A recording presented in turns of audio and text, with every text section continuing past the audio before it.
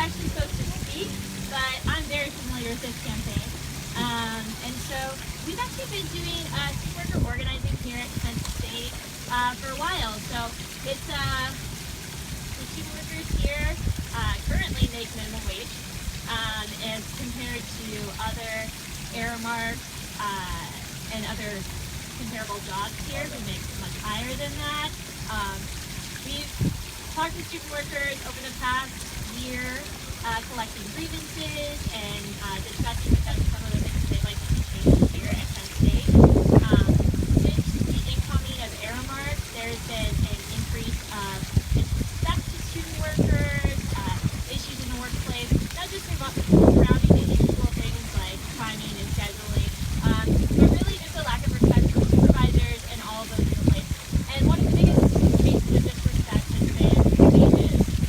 So for Aramark, a multi-million-dollar company with supervisors who are making much more money than that, to detain and treating our student workers in such a way, it's something that USAP has been working with the student workers for a couple of years to make some changes. So we started off pretty small with a victory that a lot of folks who are here today helped out celebrating last May Day with the inclusion of student worker uniforms in their contracts.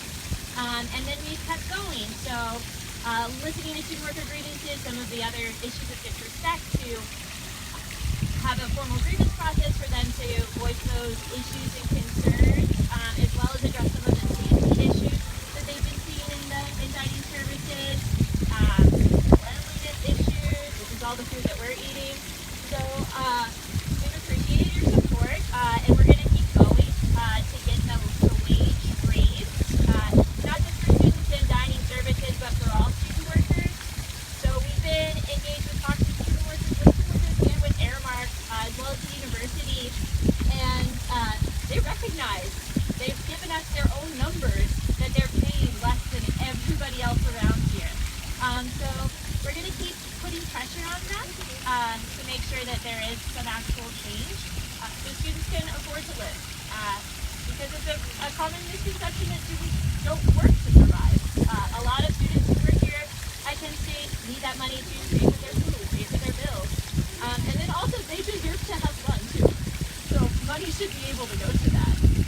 So just as we continue into next year and into the summer, we're going to keep meeting with Aramark and keep putting pressure on them in different ways if they're not listening to our voices. So we appreciate any support you can have.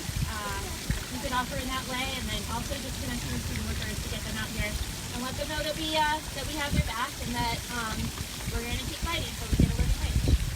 Thank you. So next we'll have Janet from the Mayport Task Force.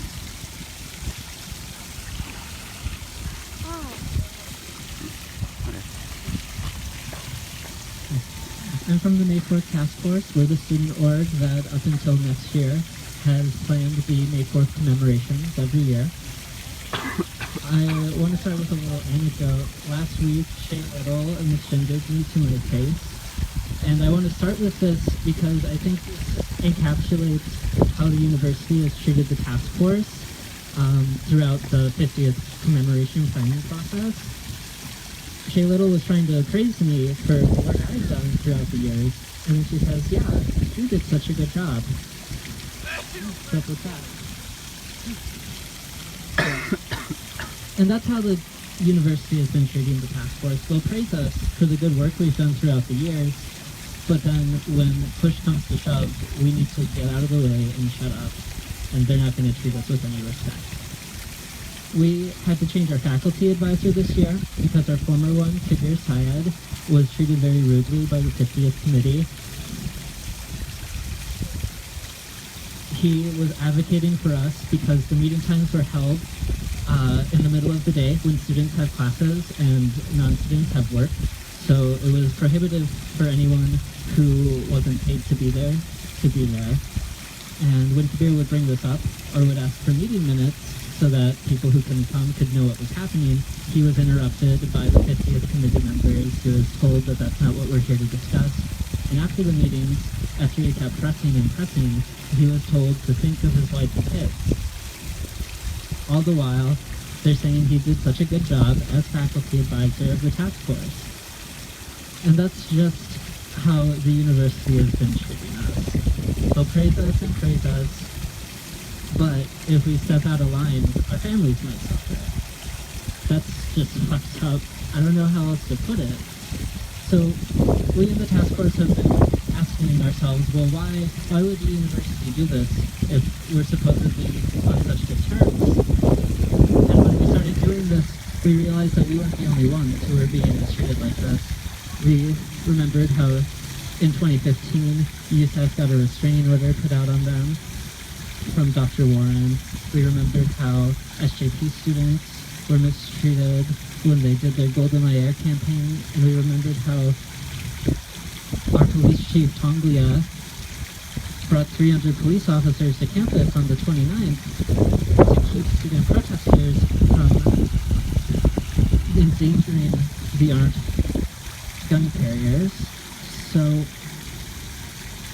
I think we've come to realize that what's going on is that what the university wants to do is they have a very specific project in mind.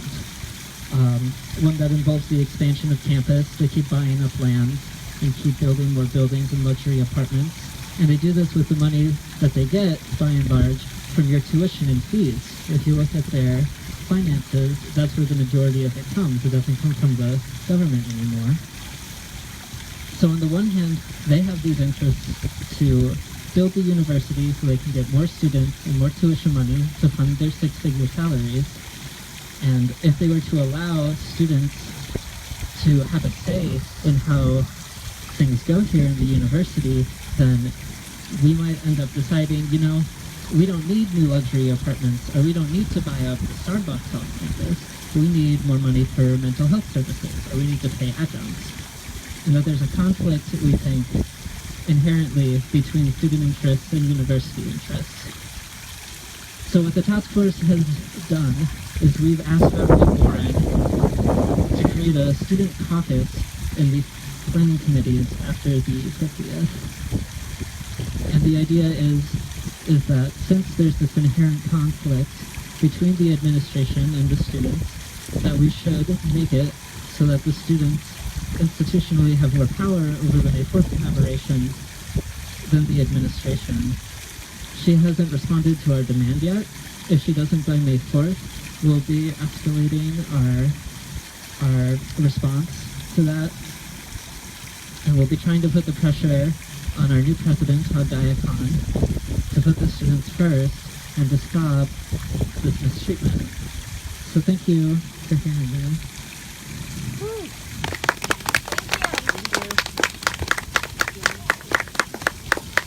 So next we have Austin from the Greens.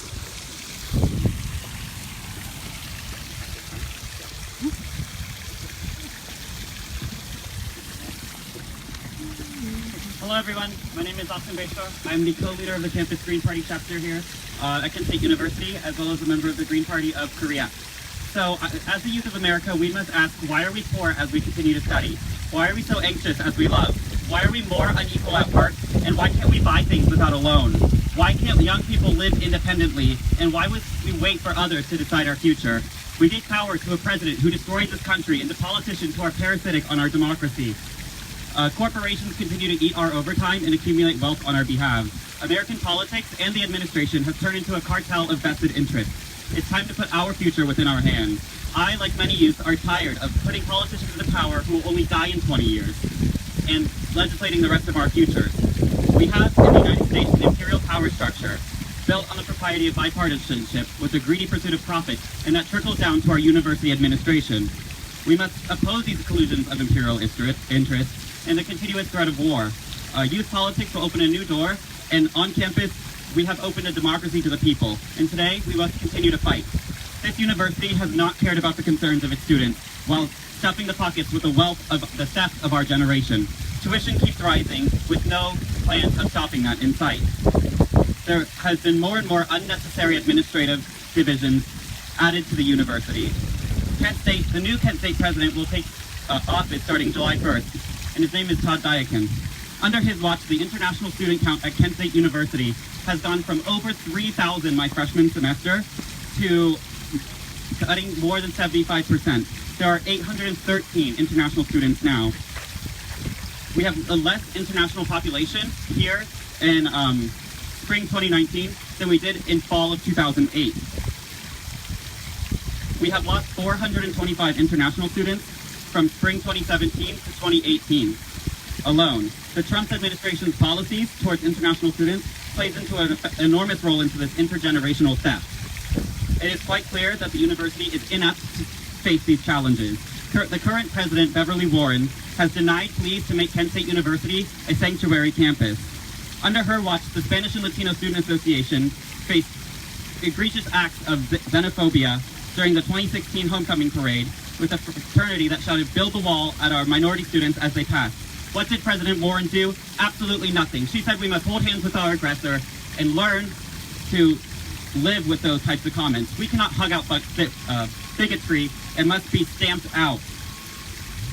It is quite clear that this president has no action, this current president and administration, and the next one, has no action plan to combat injustices in our university society.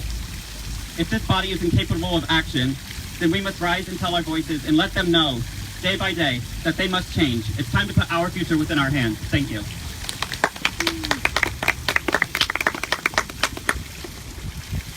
Thank you. So now I'm going to read a speech from a grad student who wished to remain anonymous.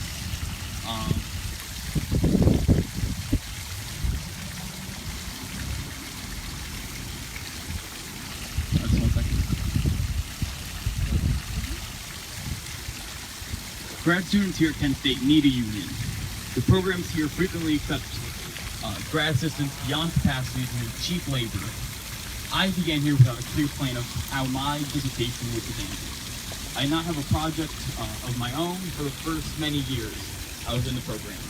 The requirements have been pushed back repeatedly for months, sometimes even years, including my candidacy and perspectives. I know students who have been in the program for longer than 7 years, and students whose committees have failed to renew their contracts, or even schedule their thesis defense. We should be unionizing with adjuncts. There's no other way to defend our rights as workers. Our contracts do not include essential protections. Other universities have taken action for similar reasons. We can follow the suit of local steelworkers. If we support each other as graduates, we can see changes happen. I urge you to act now and to help support grad students.